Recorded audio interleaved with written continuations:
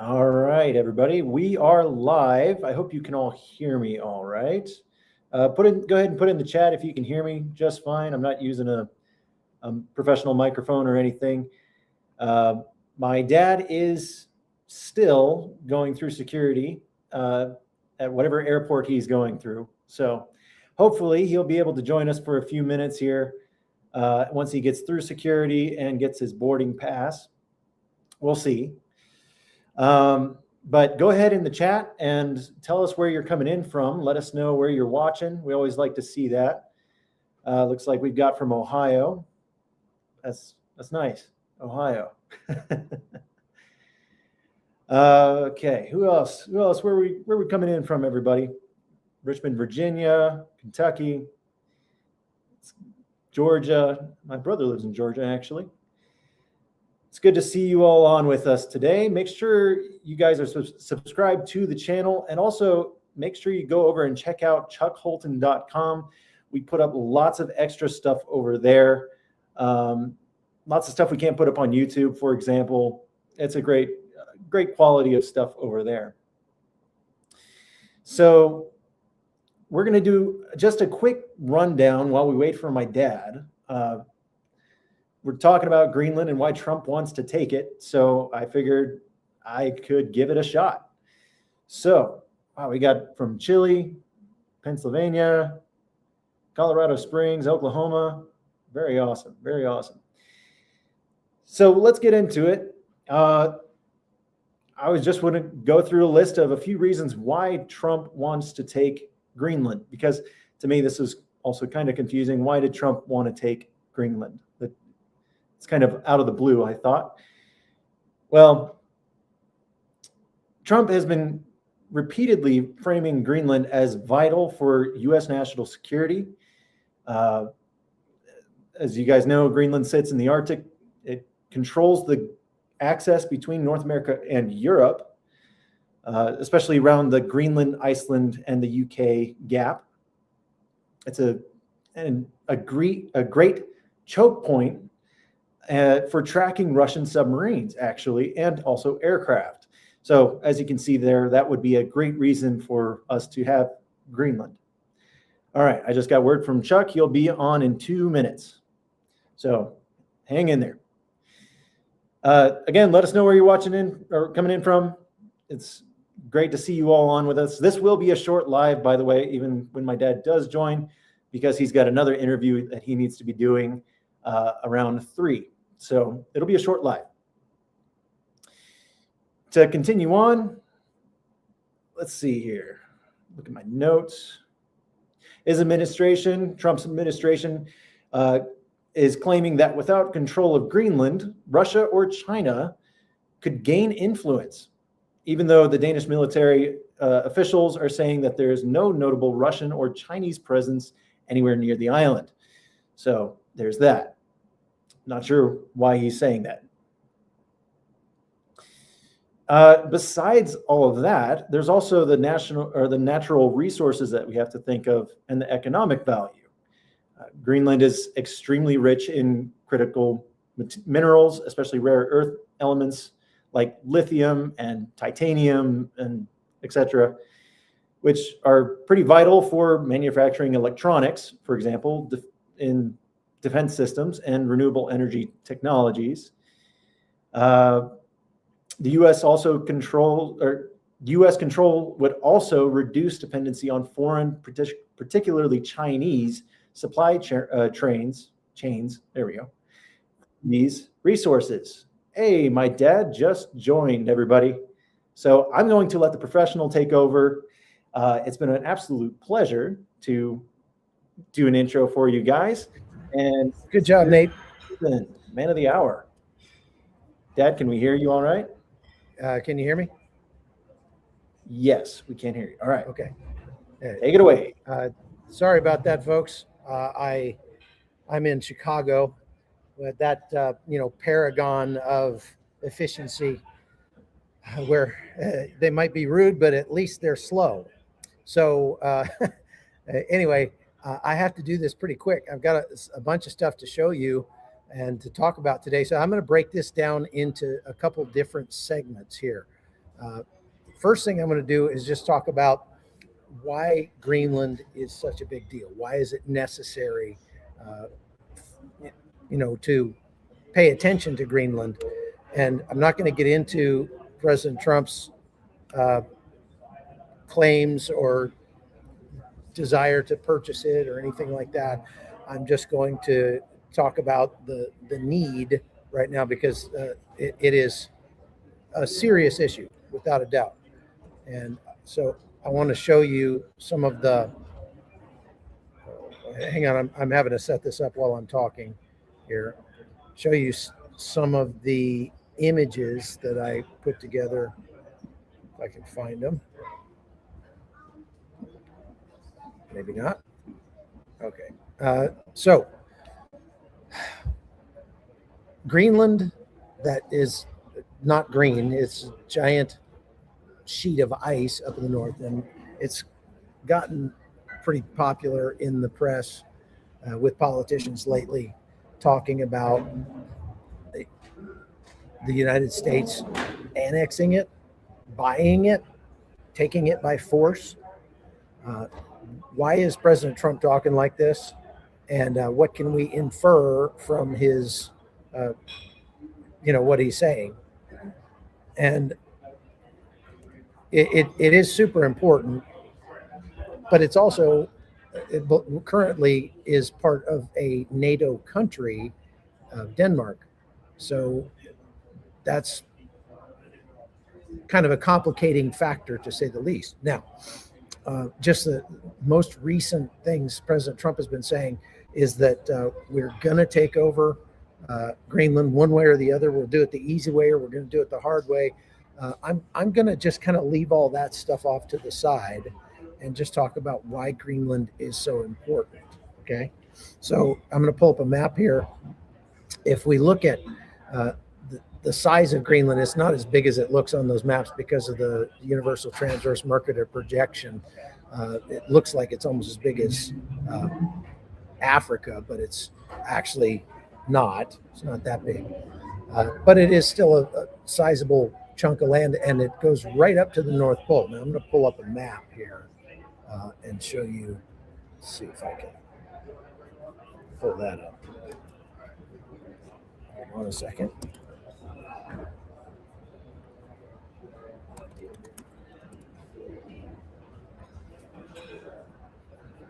Okay, so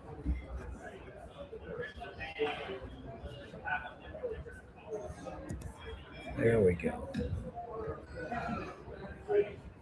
Oops, what happened? Hold on, bear with me. There we go. Okay, now let's share my screen and we'll look at the maps here. All right. So if we look at the Earth from the top down, this is what we see. You see here this Arctic Ocean. Most of this is ice still, but it is opening up. It's opening up because some people say climate change. Some people say we're coming out of an ice age.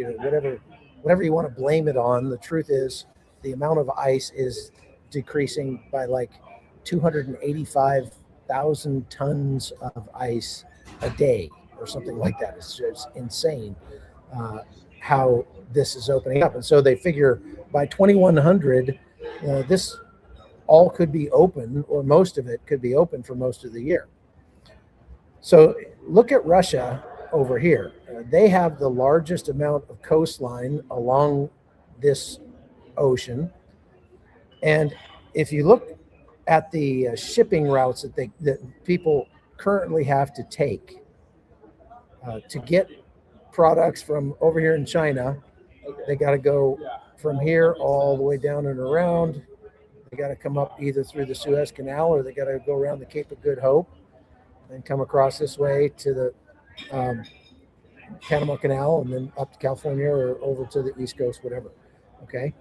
Now, if they could leave from China and just go straight north, they could go up here, go between Russia and Alaska, or they could go straight down over here to the California side. But if they need to get to Europe or any place like that, it's much shorter for them to go this way than it is to go all the way around. So it would save a ton of fuel and make it easier to get products around, that sort of thing. But that's not really Russia's concern right now. Russia's concern is that about 30% of the total natural gas that they believe exists that has not yet been discovered is up here in under this Arctic ice sheet. And Russia wants that. Everybody wants that. Not only that, but obviously this gives Russia a straight shot to the United States if they decided to attack the U.S. at some point. It'd be a really bad idea, but if they decided to do that, you're looking at they have, I don't know, probably a dozen or more military bases that they have reopened. They're old Soviet military bases. They've reopened along this coastline up here, which essentially threaten the United States. Now, to get to the United States, their missiles would pretty much have to fly over Greenland. And that's one of the reasons why Greenland is so important. Not only that, but the Russians are, and Chinese both, are actively sort of scouting that area for nefarious reasons, let's say. There's a video here from a U.S. general, 4-star general, who was asked about this, and this is what he had to say. Take a listen. Heard a lot lately about activity from Chinese or Russian vessels close to NATO territories. Would you say that it's not a reason to really see this as an immediate threat today? Well, it will grow into more and more of a threat. So as I mentioned, as the ice recedes and there's more and more access up there, we certainly see Russia and China working together. We have had Chinese vessels patrolling with Russia, not only on the north coast of Russia, but also north of Alaska and near Canada. Like I mentioned in my remarks, it's not for peaceful purposes. They're not studying the seals and the polar bears. They're out there doing bathymetric surveys and trying to figure out how they can counter NATO capabilities on and under the sea. That's something that could grow very quickly, and we need to be mindful of it and ready for it. So this is likely the kind of briefing that was given to President Trump. President Trump perceived that as, oh gosh, the Russians and the Chinese are about to take over Greenland. That's actually not the case. Russia and China are not about to take over Greenland. They wouldn't be able to take over Greenland because it's part of a NATO country. That would invoke Article 5. But the Chinese, at least, have been trying to get their fingers into Greenland for some time. And they first wanted to pay. There was, of course, getting around Greenland is not easy. There aren't a lot of roads in Greenland. If you want to go anywhere in Greenland, you pretty much have to take a boat, a helicopter, or an airplane. So airports are very important, but they're also very expensive to build. And Greenland doesn't have a lot of industry, doesn't have a lot of its own money. It pretty much exists on subsidies from Denmark to the tune of like $700 million a year. So with that in mind, when China came and said, hey, we heard you want to build a new airport at this such and such a place, one of these remote towns out there, we'll build that for you. But the only caveat is it has to, look at this R2-D2 robot right here, goes around and picks up dishes. The only caveat is it has to be built by a Chinese workers, Chinese company, and we'll loan you the money, and then you'll owe us, you'll have to pay us back to build it. And Greenland said, great, let's do that. This was, I believe, in the early 2000s, something like that. No, I'm sorry, this was actually during the first Trump administration.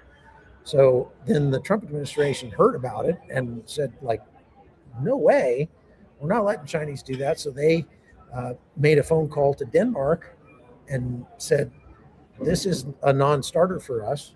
Denmark then called Greenland and said, nope, shut that off.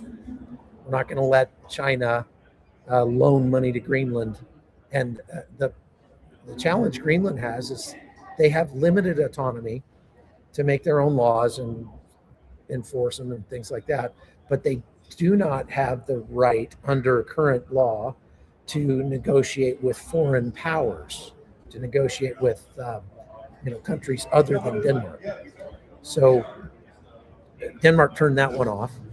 Then China set its sights on the mining, the rare earth minerals in Greenland, which there are plenty of.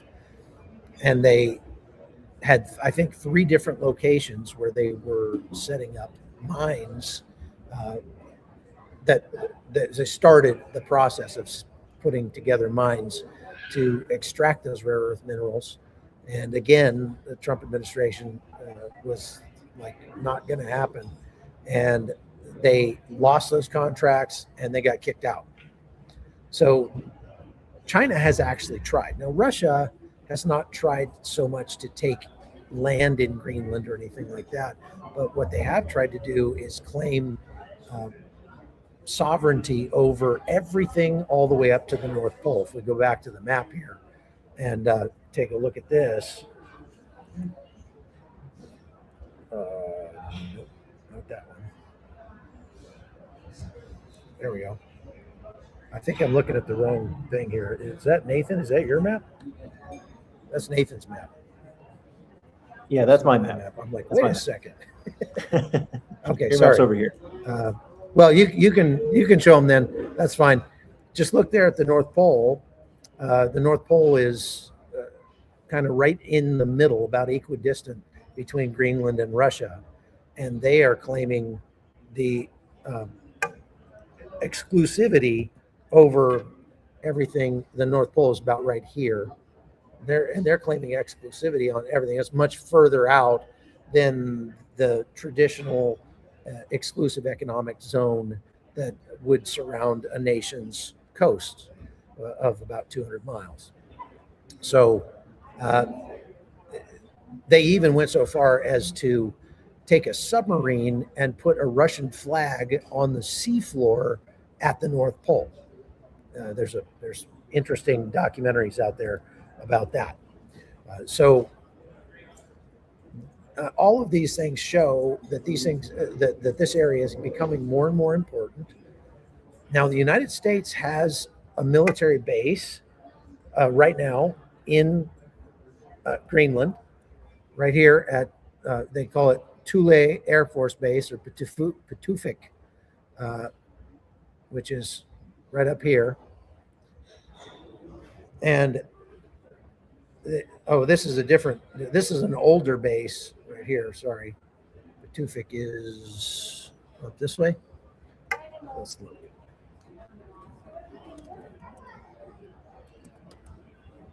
Thule Air Force Base. Oh, it's over here on the coast. Okay. So that's where the U.S. Space Force base is right now. And there's an air base there. It's only reachable by air, and you have to have permission from the U.S. military to get in there. I tried to get that for this trip. I reached out to the U.S. military, and they denied my request and said they would not support me coming up to visit the base at this time. So that's a bummer. I don't get to go up there. However, there's only a couple of places where there are U.S. troops in Greenland right now, probably 150 of them total. But at one time, we had between 6,000 and 10,000 troops there. And I'll show you the bases here. On the left, you see all these red dots. Those are all the bases we used to have. Actually, there were more than that.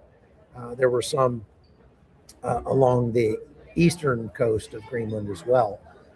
So what changed? Well, when the Cold War ended in 1991, our reasoning under the agreement, the status of forces agreement that we have with Greenland or with Denmark, reasoning for having so many troops there kind of went away.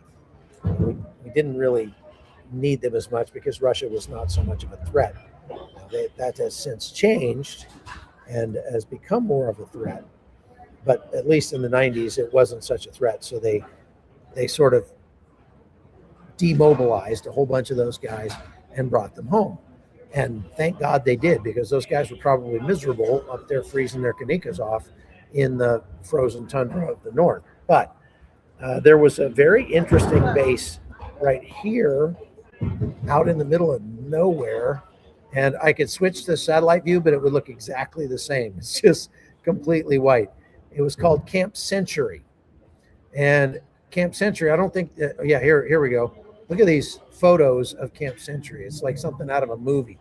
They buried a city up there. It was made up of underground tunnels like this one. And now it's just a ruin. I would love to get up there to go see it, but I don't have time, and it's very difficult. Take me with you. Take me with you. Yeah, I know you want to go to. Nathan loves cold weather. But this thing was actually built out of prefabricated buildings like this that they put into these tunnels after they dug them. They did some scientific experiments and stuff up there, but actually it was a kind of a secret military base that was finally shut down, I think in the 1960s. But it was it was powered by a miniature nuclear reactor. Now, part of our status of forces agreement with Greenland, Denmark, says that we cannot have any nuclear weapons or nuclear material on their territory. But we did anyway, and it turned out that we actually had some nuclear weapons there for a time. There was a B-2 or a B-52, bomber that had some nuclear weapons on it that was flying patrols up in the North Sea and came back to land at Thule Air Force Base and crashed. And the word got out that it was armed with nuclear bombs against the rules. And so there was a diplomatic dust up due to that. And we said, okay, sorry, we won't do that again. So anyway, now we only have 150 troops up there. And so I'm going to have to stop right there pretty much. I'll go and answer a couple of questions here real quick, but I've got to hit another hit in about 14 minutes. So let's get to the questions real quick. And look, there's going to be a lot more to this, folks. I'm on my way to Greenland now. I'll be in Copenhagen tomorrow, and I'll go live from there, and then we'll go to Greenland. I'll go live from there. So you'll get to see what it's like on the ground. I'll get to talk to the people and answer all your questions. Now, what we really want to know is what's happening with Iran. Okay, I don't have time to talk about that today, so we'll have to skip that one. Fake need. Panama is way more important. No. Well, this is very similar to President Trump's claims that we were going to take back the Panama Canal because of Chinese influence down there. He was, obviously we haven't retaken the Panama Canal, but he was successful in getting Panama to sort of decouple from China, and that's a good thing. So that may have more to do with what he's doing in Greenland. I'm going to get into that more later. Next question. I don't believe Trump has any intention of invading Greenland. He talks stuff to get people to the table and negotiate bases, control the libs. Would you agree? I'd completely agree. There's no possible way the United States is going to invade Greenland, because it would mean the end of NATO. And we currently have 100,000 troops in Europe on bases. They'd have to bring all those troops and more than 3 brigades worth of tanks and trucks and equipment and airplanes and everything back from Europe before we invaded. Because if we invaded first, all those European countries would just confiscate all that stuff. And then we'd end up being at war probably with all of NATO, which is, would be really awkward since we're part of NATO. Okay, so I'm going to talk more about that when I'm in Copenhagen. Next question. Will they do ethnic cleansing, genocide in Greenland? No, they did displace an Inuit village to make Thule Air Force Base, but there's a lot of land up there, so they could go somewhere else. I'm not sure why they decided to take that exact spot, but they did. That was years ago. Next question. The Danes say we can protect Greenland by invoking Article 5. We don't need U.S. protection. The 90% of soldiers that would show up. U.S. sounds fair.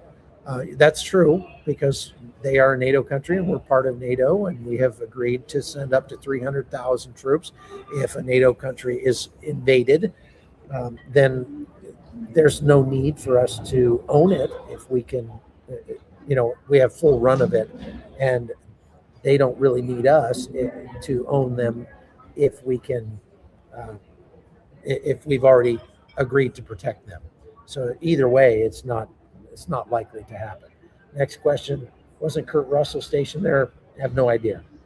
It's a good question. Next, thank you for the $5. Greenland is great for data centers and small modular reactors.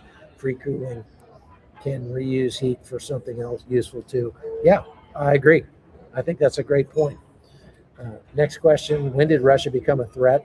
Well, Russia never stopped being an adversary, but they have become more and more threatening as they have made the decision that they have the right to tell their neighbors what they can and cannot do.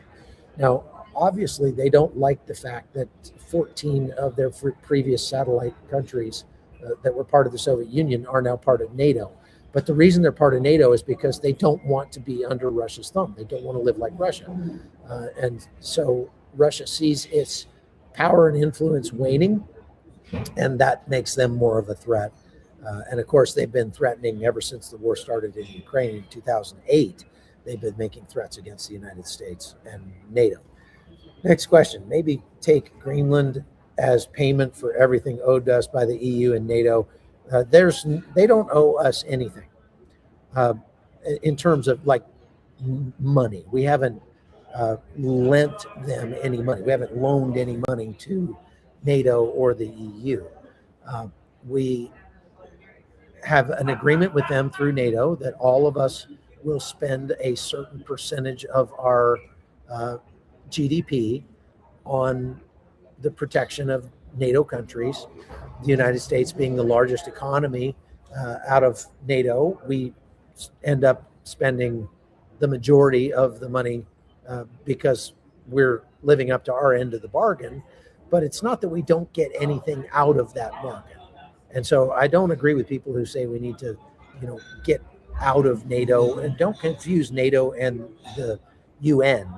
If we were going to get out of one of those, it'd be the UN. We don't need to get out of NATO. NATO is there's a lot of benefits to us for being a part of NATO that we want to keep. Okay, so now, next question. If NATO invokes Article 5, will the U.S. fight the U.S.? No, that's a rhetorical question. It's kind of a dumb question, too. Who did Trump just get to come protect Greenland at zero cost to the U.S.? Well, nobody came to protect Greenland. The troops that were sent there by NATO countries were in the dozens to single people. Like Norway sent one guy, the UK sent one guy. That's just they're going there for a tabletop training exercise. And that's all. So anyway, I'm on my way to Copenhagen today. In a couple days, I'll be in Greenland. Then I'll go from there to Iceland, and then we'll take it from there. Last question: safe travels, truck. Try to stay warm. Yeah, I'm trying to figure out if there's a way I can rent Arctic parka gear in Greenland, but and I've actually heard there is something like that. So I may have to actually rent the clothing I need. All right, I got to run. Thank you very much for being a part of the Hot Zone. I'm sorry it was late today. It's travel the way it goes. God bless you, and we will see you tomorrow from Copenhagen, God willing. God bless you. We'll see you next time.